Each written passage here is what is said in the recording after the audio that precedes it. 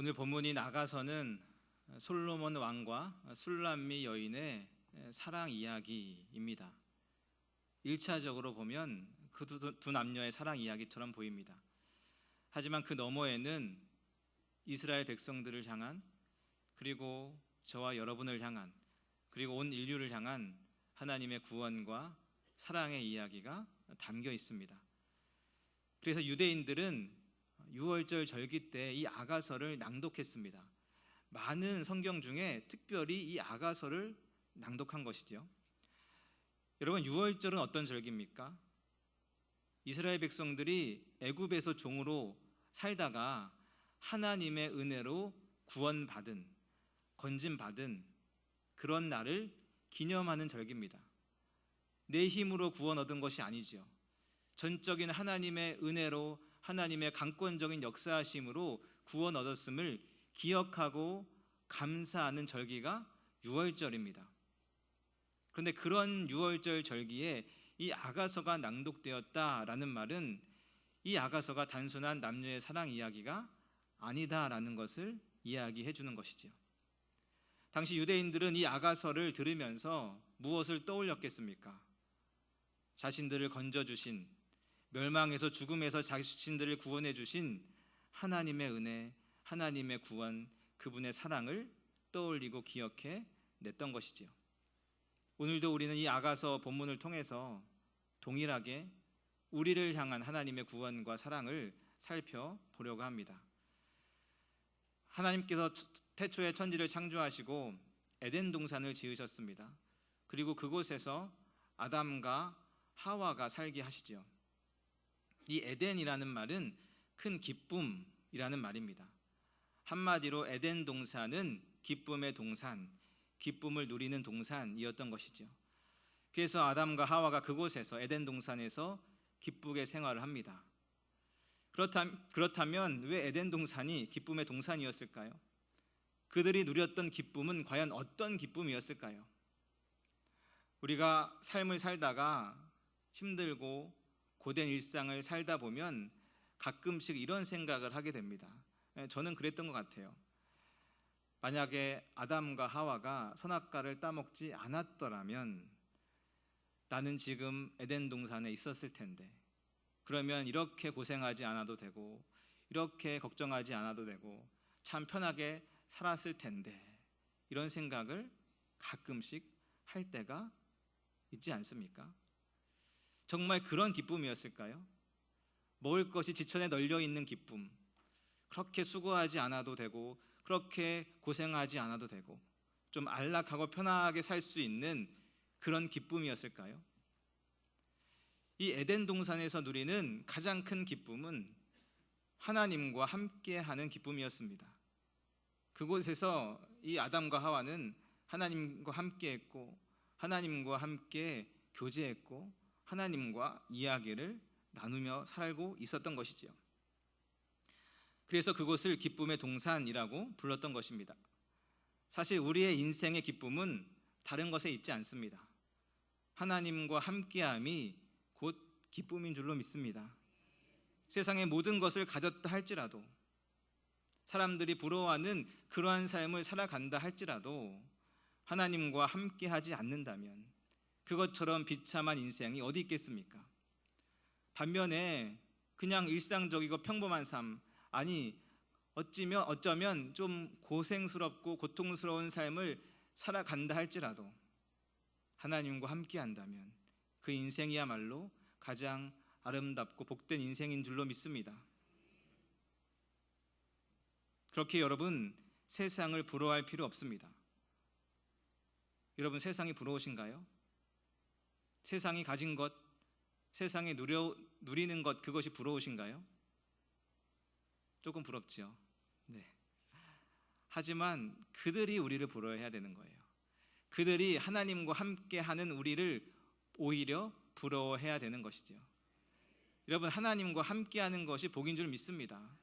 네, 이것이 그냥 머릿속으로만, 관념 속으로만, 이념 속으로만 있는 것이 아니고 정말 마음 깊이 나오는 삶의 고백이 되어야 되는 것이죠. 하나님과 함께하는 것이 진짜 복이다. 하나님은 원래 인간을 하나님과 교제하며 살도록 창조하셨습니다. 그래서 우리는 하나님과 함께함을 통해 가치 있는 인생, 복된 인생을 살아갈 수 있는 것이지요. 에덴 동산은 바로 그렇게 하나님과 함께하는 기쁨이 있는 곳이었습니다. 아가서 1장에 보면 솔로몬과 술람미 여인이 바로 이런 에덴 동산의 기쁨, 그러니까 함께하는 기쁨을 누리는 것을 알 수 있습니다. 다른 것 때문에 기쁜 게 아니에요. 내 남자친구가, 내 남편이 왕이어서 기쁘고, 많은 군대를 가지고 있어서 기쁘고, 많은 재산을 가지고, 많은 권력을 가지고 있어서 기쁜 게 아닙니다. 그냥 그 사람과 함께 있는 것, 그 자체가 기쁜 것이고, 그냥 그 사람이면 족한 것이지요. 그래서 이들의 대화를 유심히 살펴보면 이들의 관심은 그저 상대방 그 자체에 있는 것을 알 수 있습니다. 그가 무엇을 가졌는지, 그가 무엇을 누리는지, 그가 어떤 인생을 살아가고 있는지, 그것엔 별로 관심이 없습니다. 오롯이 그 사람 자체에 집중하며 그 사랑의 대화를 이어가는 것이죠. 그래서 읽진 않았지만 2장 1절 한번 보십시오. 앞으로 조금 가시면 2장 1절이 나오는데요, 2장 1절에 보면 술람미 여인이 솔로몬을 향해서 이렇게 말하고 있습니다. 나는 사론에 수선하여 골짜기에 백합화로다. 이 술람미 여인이 자신을 뭐라고 이야기합니까? 나는 사론 평지의 수많은 들꽃 중에 하나입니다. 골짜기의 수많은 백합 중에 하나입니다. 이렇게 이야기하는 것이죠. 사실 이것은 솔직한 고백입니다. 여러분, 솔로몬은 왕입니다. 그는 군대를 가지고 있고, 그는 권력을 가지고 있고, 막강한 재산을 가지고 있는 남부럽지 않은 왕입니다. 그런데 상대적으로 이 술람미 여인은 아주 평범한 시골의 이름 모를 그냥 무명의 여인입니다. 그냥 포도원에서 일하는 포도원직이에요. 남자 형제들과 열심히 일해서 얼굴이 새까맣게 탔습니다. 지금이야 건강을 위해서 태닝도 한다지만 그렇게 얼굴이 까매진 게 아니고요, 노동하느라고, 일하느라고, 수고하느라고 얼굴이 까맣게 탔습니다. 이 당시 하얀 얼굴, 하얀 피부는 아름다움과 부의 상징이었는데 그렇지 못한 것이지요. 그러니 솔로몬의 상대로 전혀 어울리지 않는, 아름다움의 기준에도 도달하지 못하는 그런 모습을 그녀가 갖고 있었던 것입니다. 그래서 읍내의 처녀들이 놀려요. 촌스럽다고 놀립니다. 수군거립니다. 왕에게 어울리지 않는다고 뒤에서 막 수군거립니다. 그러니 이 술람미 여인이 이렇게 고백하는 거예요. 나는 들꽃입니다. 나는 들꽃 중에 하나입니다. 나는 흔한 그런 백합입니다. 여러분, 이때 이 이야기를 들은 남자는 어떻게 반응해야 되겠습니까? 내 아내가 나는 들꽃입니다 이렇게 말했어요. 그러면 그 이야기를 들은 남편은 어떻게 반응해야 옳습니까? 맞아요, 당신은 들꽃입니다 이렇게 반응하면 안 되겠죠. 네. 거울 보면서 나 너무 나이 든 것 같아 이렇게 말했을 때, 맞아, 나이 들었어 이렇게 말하면 곤란하지 않겠습니까? 그런데 우리의 솔로몬이 누굽니까? 지혜의 왕 아닙니까? 그 지혜로운 솔로몬이 뭐라고 대답하느냐? 2절 한번 보십시오. 솔로몬이 아주 기막힌 이야기를 합니다. 2절 보시면 여자들 중에 내 사랑은 가시나무 가운데 백합화 같도다. 여러분, 이게 무슨 이야기입니까? 무슨 말이냐? 당신이 들꽃이라면, 당신이 백합화라면 다른 여자들은 가시나무에 불과해 이야기입니다. 당신이 가장 아름답고, 당신이 가장 존귀하고, 당신이 가장 귀하다. 다른 여자들은 볼 것도 없어. 이렇게 이야기하는 것이죠. 지혜롭지 않습니까? 우리에게 이 지혜가 있기를 축복합니다. 나는 거짓말을 못해요 이러지 마시고요, 이 솔로몬의 지혜가 우리에게, 우리 아내와 남편에게 있기를 축복합니다. 솔로몬이 아주 지혜롭지요. 그래서 이 이야기를 들은 이 술람미 여인의 얼굴이 기대가 상상이 되지 않습니까? 얼굴이 환하게 핍니다. 얼굴에 미소가 가득합니다. 그리고 입꼬리가 싹 올라가죠. 어떻게 알 수 있느냐? 그녀가 3절에서 이렇게 이야기하기 때문에 알 수 있어요. 3절 보십시오. 남자들 중에 나의 사랑하는 자는 숲을 가운데 사과나무 같다. 그러니까 솔로몬의 이야기를 들은 여인이 이렇게 반응하는 거예요. 다른 남자들은 잡목이야. 그냥 아궁이에 던져지는 그런 땔감에 불과해. 하지만 당신은 사과나무입니다. 아름다운 열매를 맺는 사과나무입니다. 이렇게 이야기하는 것이죠. 여러분, 이것이 에덴의 기쁨입니다. 무슨 이유가 있어서가 아니에요. 그냥 상대방의 존재 자체가 좋은 거고 그와 함께하는 자체가 기쁜 것이죠. 여러분, 이유가 어디 있겠습니까? 그냥 좋은 거죠. 하나님이 우리를 그렇게 사랑하십니다. 우리가 무엇을 해서가 아니고, 우리가 무엇을 드려서가 아니고, 우리가 무엇을 이루어서가 아니고 그냥 너라서 좋다, 이렇게 우리에게 말씀하시지요. 여러분, 우리는 하나님 앞에 들꽃 같은 존재입니다. 그렇지 않습니까? 뭐 하나 특출난 것 없고, 뭐 하나 내세울 것 없고, 뭐 하나 잘난 것 하나 없습니다. 사실 있어도 그만, 없어도 그만인 존재가 바로 우리들 아닙니까? 우리들이 없다고 한들 이 세상에 무슨 영향이 있으며 하나님의 일하심과 하나님의 영광에 무슨 흠이 되겠습니까? 그런데 그런 우리에게 하나님은 말씀하시는 거예요. 너가 가장 귀하고 가장 소중하고 가장 사랑스럽다. 너가 백합화라면 다른 사람들은 가시나무에 불과해. 너가 최고야. 너가 최고야. 이렇게 말씀하시는 것이지요. 바로 이것이 에덴에서 누리는 하나님과 함께함의 기쁨입니다. 그런데 이 기쁨이, 에덴의 기쁨, 함께함의 기쁨이 그리 오래 가지 않습니다. 잘 아시는 것처럼 뱀이 아담과 하와를 유혹하지요. 그리고 먹어서는 안 되는 선악과를 따먹고 에덴 동산에서 추방을 당합니다. 즉, 그 기쁨의 동산에서, 하나님과 함께하는 동산에서 추방을 당하며 하나님과 헤어지게 돼요. 멀어지게 됩니다. 성경은 이것을 죄라고 죽음이라고 이야기하지요. 우리는 하나님과 함께 교제하며 그 안에서 기쁨을 누려가야 하는 존재인데 하나님으로부터 멀어졌기 때문에 그때부터 비극은 시작되는 것입니다. 그때부터 절망은 시작되는 거예요. 그리고 인류는 마침내 애굽에 들어가 430년간 종으로 삽니다.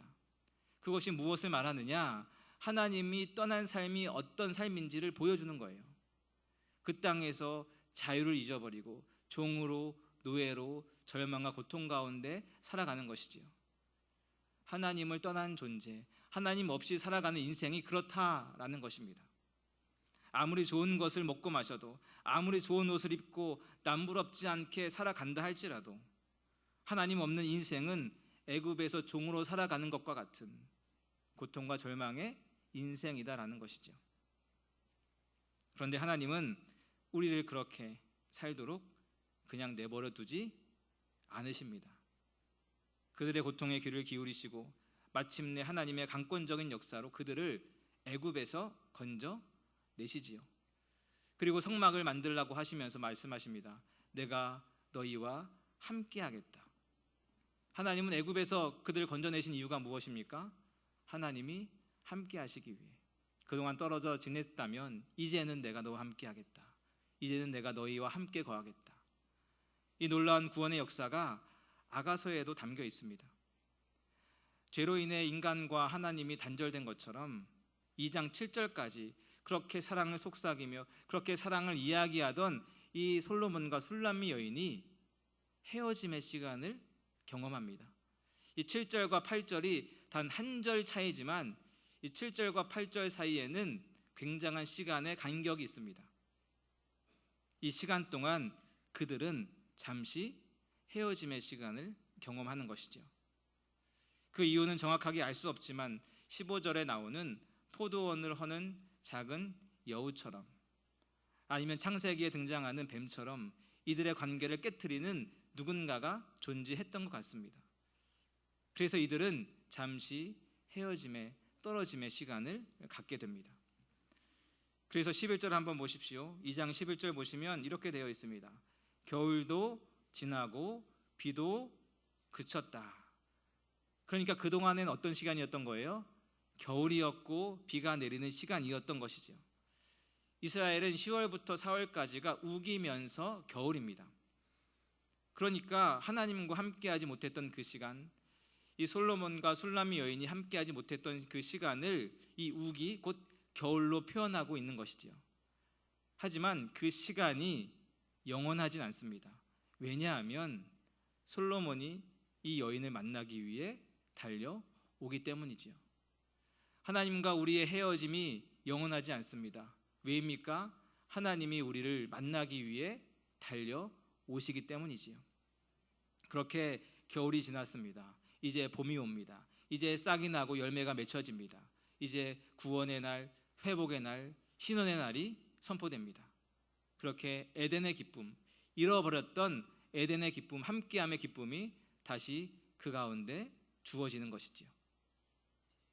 그렇게 오래 떨어져 있던 연인들이 만나는데요. 8절 말씀 보십시오. 8절 말씀 우리 함께 읽겠습니다. 시작.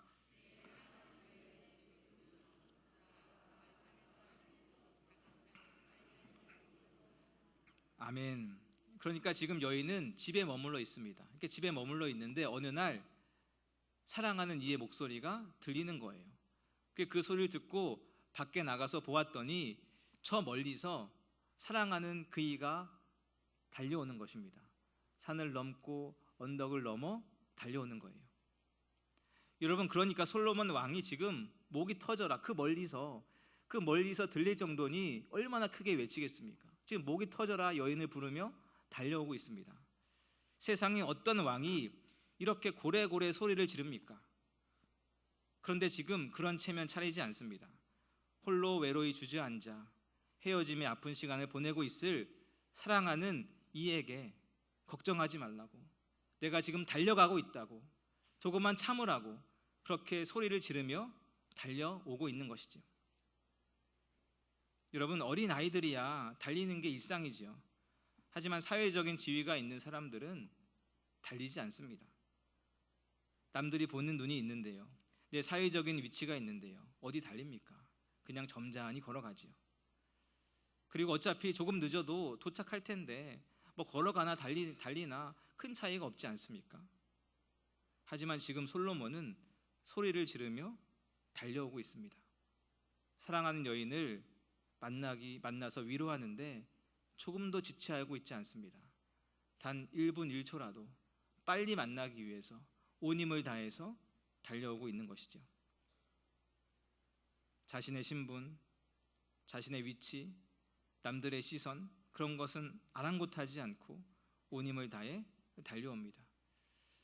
여러분, 우리를 향해 달려오시는 하나님의 모습이, 하나님의 마음이 이렇지 않겠습니까?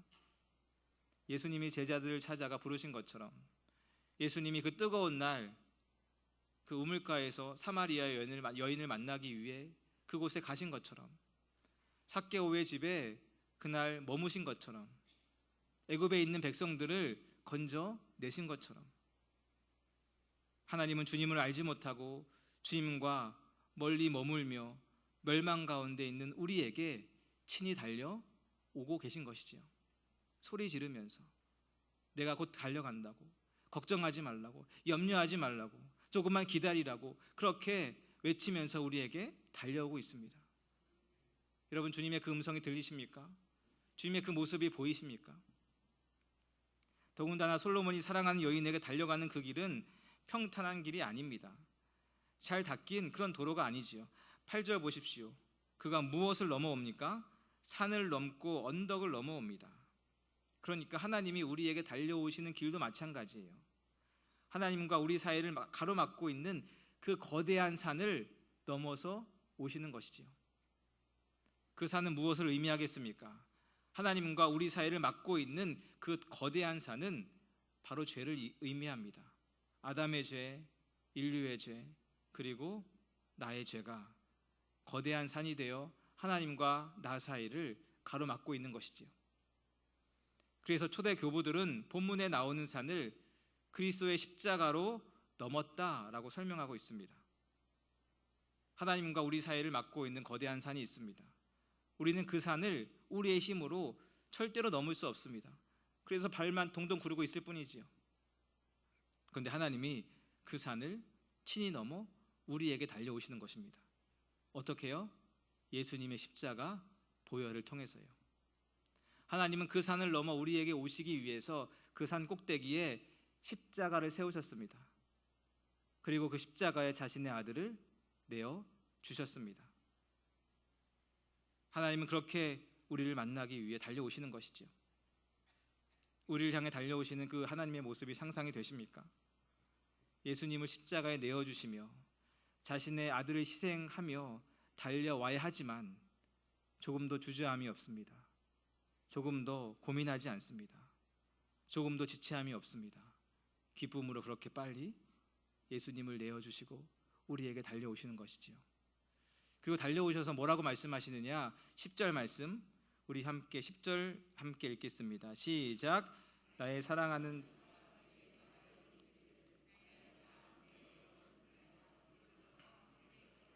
아멘. 나의 사랑, 나의 어여쁜 자야, 일어나서 함께 가자.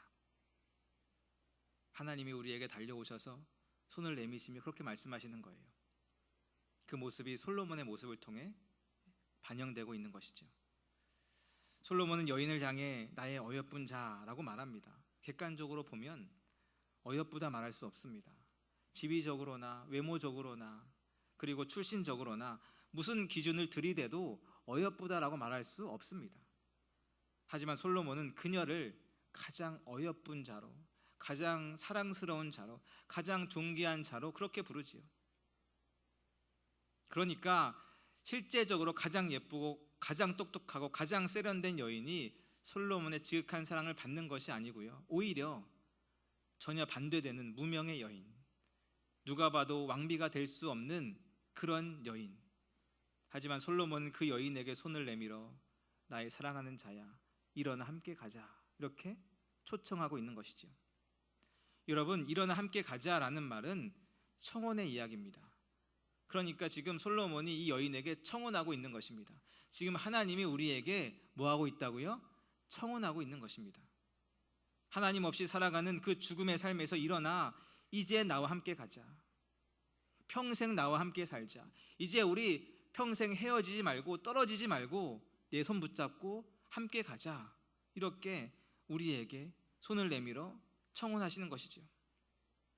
아무리 생각해도 나는 하나님과 결혼할 만한 자격을 갖추지 못했는데, 아무리 생각해도 하나님의 거룩함을 더럽히는 존재밖에 되지는 못했는데, 하나님의 그 걸음을 흉내조차 내지 못했는데, 그런 나도 괜찮다고, 그런 나도 충분하다고, 그런 나도 가치 있고 소중하다고 하나님은 내게 오셔서 함께하자 말씀하시며 청혼하고 있는 것이지요.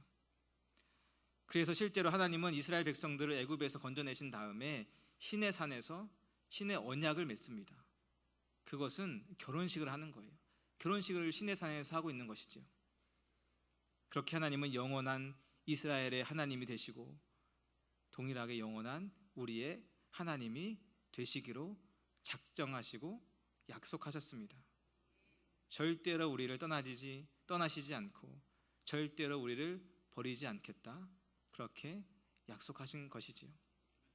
사랑하는 여러분, 하나님은 우리를 결코 영원한 절망 가운데 홀로 두지 않으십니다. 거친 산을 넘고 깊은 언덕을 넘어 우리에게 온 힘을 다해 달려오십니다. 그리고 자격 없는 내게 손을 내밀어 나의 사랑하는 자야, 일어나 나와 함께 가자, 영원히 나와 함께 가자, 평생 내 손 붙잡고 나와 함께 가자, 이렇게 말씀하십니다. 우리가 그런 하나님의 초청에 따라 하나님과 함께 살아가는 복된 인생임을 기억하십시오. 특별히 길고 긴 겨울의 시간을 보내고 계신 분이 있다면, 외로움과 절망의 시기를 보내신 분이 계시다면, 아무리 봐도 하나님이 보이지 않는 그런 분이 계시다면 눈을 들어 우리를 향해 빨리 달려오시는 그 하나님을 바라보십시오. 그리고 우리를 결코 버리지 않으시고 영원토록 지키시는 그 하나님과 함께, 그 하나님 손 붙잡고 복되고 기쁜 인생길 걸어가시는 모든 성도님 되시길 주님의 이름으로 축원합니다.